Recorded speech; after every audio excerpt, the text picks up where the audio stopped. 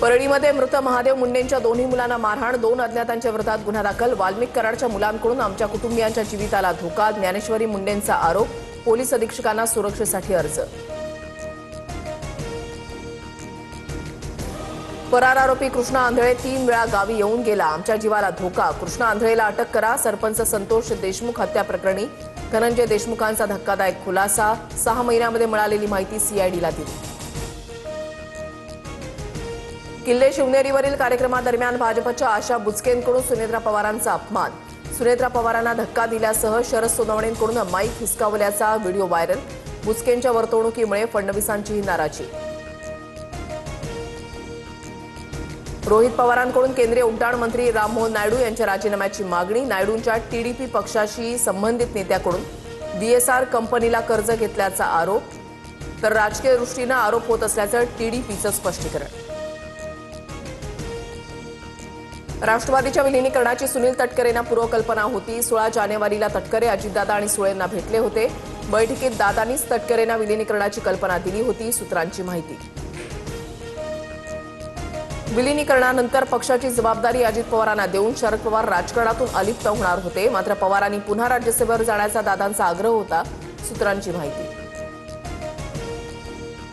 उद्धव ठाकरेंनी दिलेला उमेदवार निवडून आणणं आमची जबाबदारी, पण शरद पवारांनी राज्यसभेवर पुन्हा जाण्याची इच्छा व्यक्त केल्यास मित्रपक्ष म्हणून चर्चा करावी लागेल, संजय राऊतांची लवचिक भूमिका। मुख्यमंत्री सौर कृषी वाहिनी योजनेमध्ये 10,000 कोटींचा महाघोटाळा, अंबादास दानवेंचा गंभीर आरोप। सखोल चौकशी, वसुली आणि संबंधित अधिकाऱ्यांवर कारवाई होणार का, दानवेंचा सरकारला सवाल। विनाकारण हवेत गोळीबार नको, पुरावे द्या, चुकीचं काम होत असल्यास कारवाई होईलच। सौर कृषी योजनेमध्ये घोटाळा झाल्याच्या आरोपानंतर नवनाथ बन यांचं दानवेंना प्रत्युत्तर। आरएसएसवरील आरोप प्रकरणामध्ये राहुल गांधींना भिवंडी कोर्टाकडून जामीन मंजूर। हर्षवर्धन सपकाळ राहुल गांधींचे नवे जामीनदार, तर ठाण्यामध्ये भाजपच्या कार्यकर्त्यांकडून काळे झेंडे दाखवत निषेध व्यक्त।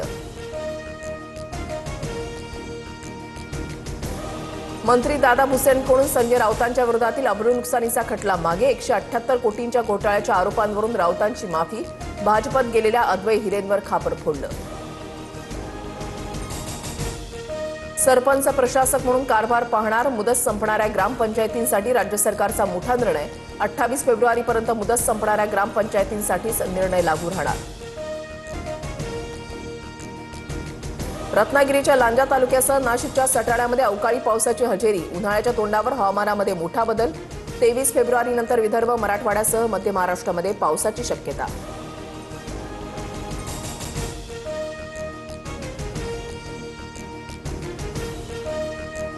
पुणे रेल्वे स्थानकावर 4 वर्षीय चिमुकलीवर लैंगिक अत्याचाराची घटना, मुलीचे आईवडील झोपलेले असताना नराधमांनी मुलीला पळून नेलं, 1 आरोपी अटकेत।